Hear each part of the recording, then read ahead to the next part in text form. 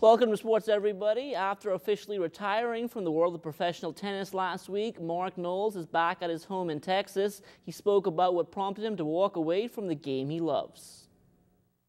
It's been kind of a long decision that's kind of developed over the year. I came into the year obviously playing a reduced schedule, and it's something that's prompted basically because of my family. I've got a beautiful wife and 3 great kids, and I just love spending time with them, and the lifestyle just doesn't allow for me to be home as much as I'd like to be, and so that was the biggest reason.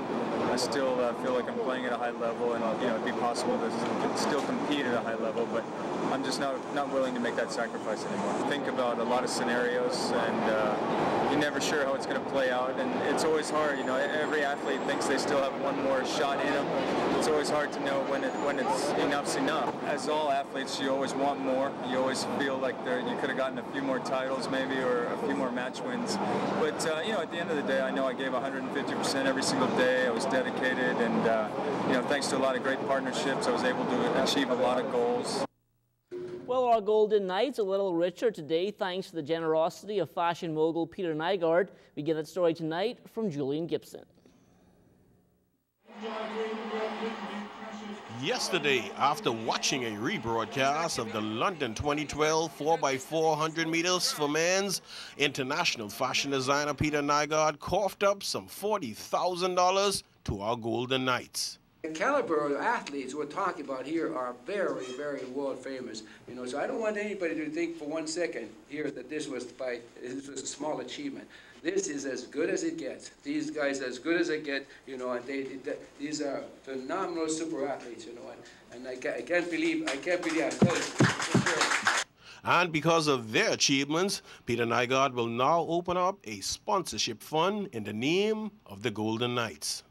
In their honor, and they will be financing and want to encourage all more and more the young youth of Bahamas to go into these kind of athletic competitions. And then these gentlemen here will be the similar legends now as the Golden Girls were from 2000 onwards. Ramon Miller and Chris Braun speaking on behalf of the team, they were simply thankful. We just want to thank Mr. Nygaard for this generous gift that he's given us and blessed us with. I'm sure it's going to go a long way. My guys will speak on that later, but I'm very appreciative of what you did for me, and I know me and you've been talking a lot, and I intend to continue to do the Bahamas well and carry the flag on my shoulder day in and day out. First of all, we want to thank you, Mr. Nygaard, for giving us the sponsor, and like Chris said, I'm sure it's going to go a long way, and hopefully the other rest of athletes who are coming up, will see us getting all this publicity and be able to follow our footsteps in the future. Reporting for ZNS Total Sports, I am Julian Gibson. All right, thanks a lot, Julian. Well, our men's national softball team will leave for Medellin, Colombia later on in the week in hopes of qualifying for both the Pan Am Games and World Championships. Eddie the Heat Bethel is likely to carry the workload on the mound, while shortstop Marvin Toogie Wood will captain the infield. We just got to go there and execute and do what we got to do. Pitching got to hold up. We got to try and score at least 2 runs, 3 runs, and I think we'll do good. We'll qualify. We get some big games. We get the world champions, Venezuela. They're tough. Then we get Dominican. And they ain't get no easy. Then we get the Canadians, Canada. So we got a job cut out for us. If Elcock it all and I it all, and we can keep a team in it, we should scrap one of those 3 games. We get 10 teams. I think we have to win at least 3 games to make it to the Pan Am Games. I think that's our goal, to try to qualify for the Pan Am Games. But if we could just balance out, the management could scout and balance out the games that we play, we'll be right there. Now, while our men's team is off the island, play in that division will shut down in the New Providence Softball Association. However, when the team returns and action picks up, the pennant-winning Bombardier Truckers will be looking to continue their run to another championship.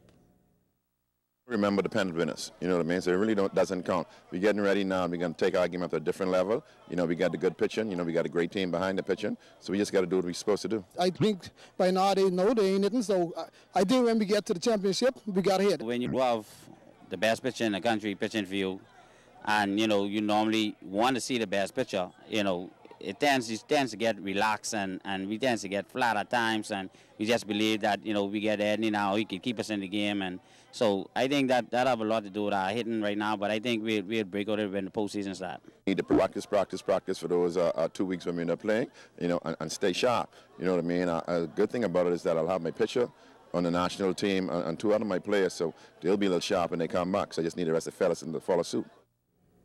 Well, government school coaches meeting this past Friday to set the course for the 2012-2013 sports season. Our Charles Fisher spoke with GSSA President Alfred Forbes to find out what came out of that meeting. Government school coaches are enthused about getting the 2012-13 season underway, according to President Alfred Forbes, especially with the proposed standardized sports calendar taking effect.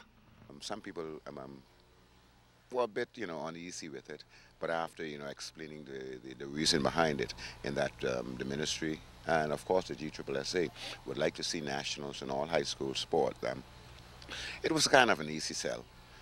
So what we decided to do was we decided to switch volleyball, which usually is the first sport, to the last sport, because the whole country is going, you know, with the format that the ministry would like to see. Because we are changing from volleyball to softball, we thought that, and it was requested that we give the coaches a little bit more time to prepare. So we pushed our season back a week, and so we will begin on the 1st of October. And this year, the GSSA wants to give all sports a level playing field. We decided to make the all series a little bit more compact. In that, I mean, you know, instead of playing some sports, the whole double round robin style, we thought that we'd go into maybe just a single round robin.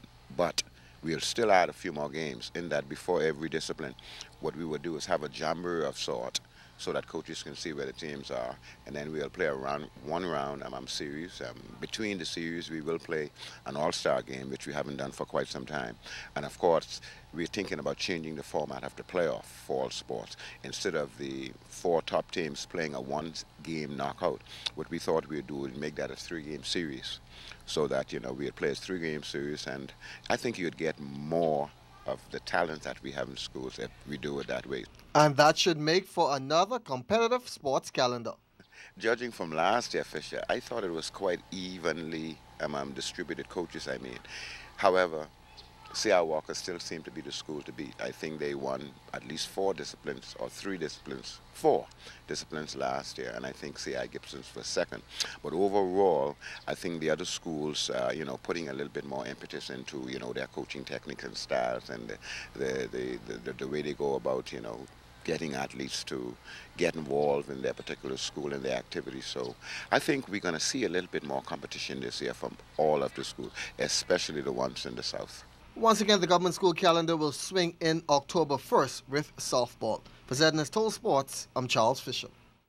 All right, thanks a lot, Charles. Well, after being absent for a couple of years, it appears that Coach Norris Bain and the Tabernacle Baptist Falcons want to make a return to the Hugh Campbell Basketball Classic in 2013. We caught up with C.I. Gibson coach Kevin K.J. Johnson to find out how he feels about such a move. It's about the kids. It's about playing the game of basketball. It's about, you know, just, hey, making it happen for the young men. If he wants to come back, you know, he had his reason why he stopped coming. And if he want to come back, hey, why not? Well, with the Bahamas Basketball Federation's Summer of Thunder series in the history books, all attention now is getting geared towards the Battle for Atlantis. That's a Division I men's basketball tournament that takes place during the Thanksgiving weekend. The tournament is still in its infancy stages, but according to Sean McShane of Basketball Travels Incorporated, it's already becoming a big hit. So many years, you know, the classic in Maui has really stole the thunder, not only because of the TV exposure, but because of the destination spot. I think for teams on the eastern seaboard, you know, being able to hop a 2 or 3 hour flight and come down and stay at a resort like the Atlantis, okay, and to experience the overall, you know, the ambiance of coming down and playing such a prestigious event, word is spreading. So I know there's some great teams that have played here over the last couple of years, and the field continues to get stronger. And finally in the segment, Bahamas Star Gymnastics looking to make a name for itself both here at home and abroad. Tonight we introduce you to young Athalia Swan, one of the club's aspiring gymnasts who's looking to make it to the next level. I'm enjoying it so far, and I just love the skills, and I just love to flip. From when I was a little girl, I just always wanted to do gymnastics.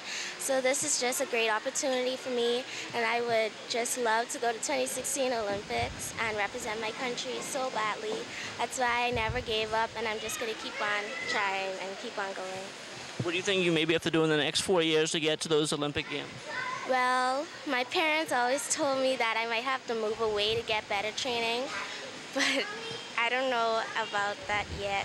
I'm a little bit scared to go away, but I think that I will for training. I just moved to level 7 this year, and I'm working on my bar routine because that's the only routine I don't have as yet, but I'll be training a lot and a lot and a lot to get my skills on bars. I'm just going to keep trying and just keep working hard and keep coming to gym.